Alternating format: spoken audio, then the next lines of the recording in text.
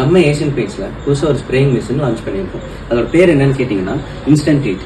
ஏன் இந்த மிஷினுக்கு இன்ஸ்டன்ட் 8ன்னு பேர் வச்சோம் அப்படின்னா எல்லா வேலையுமே குயிக்காக பண்ணி கொடுக்கறதுனால இந்த மிஷினுக்கு அந்த பேர். இந்த மிஷினில் 1.2 HP மோட்டரும் கூடவே சக்ஷன் மாடல் பம்பும் இருக்கு. அதுக்கப்புறம் பார்த்தீங்கன்னா இந்த மிஷினில் ஆன் ஆஃப் கண்ட்ரோல் மோடு இருக்கு.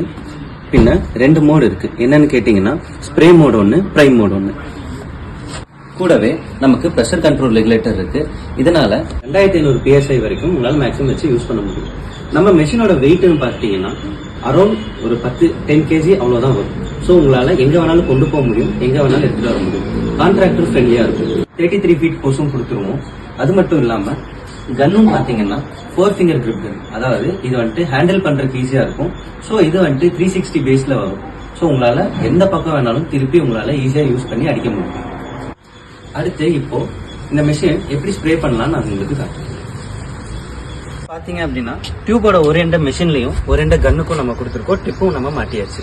ஓகேவா? இப்போ வந்துட்டு பாத்தீங்கன்னா இந்த மெஷினோட ஆன் ஆஃப் சுவிட்ச் பாக்குறதுக்கு முன்னாடி நம்ம வந்துட்டு ஸ்ப்ரேல இருக்கா பிரைம்ல இருக்கான்னு பார்க்கணும். இப்போ நமக்கு ஸ்ப்ரேல தான் இருக்கு. ஓகேவா? இப்போ நம்ம ஆன் பண்ணலாம். ஸோ மெஷின் ஆன் ஆகும். இப்போ ப்ரெஷர் வைக்கணுங்கிறக்காக நம்ம ப்ரெஷர் ஆட் பண்ணிக்கலாம். ஹீட் வச்சாச்சு.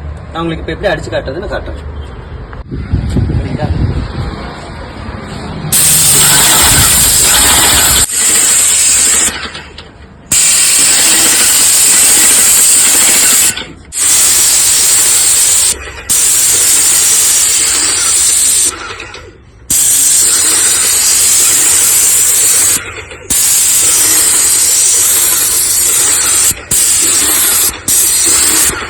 ஸோ நம்ம மெஷின் யூஸ் பண்ணி இந்த ஏரியாவை வந்துட்டு கிட்டத்தட்ட ஒரு 1-1.5 நிமிஷத்துலேயே நம்ம முடிச்சிட்டோம். ஸோ இதே மாதிரி தான் உங்களுக்கு பிக் ஏரியாவாக இருந்தாலும் உங்களுக்கு சீக்கிரமாக கவர் பண்ண முடியும்.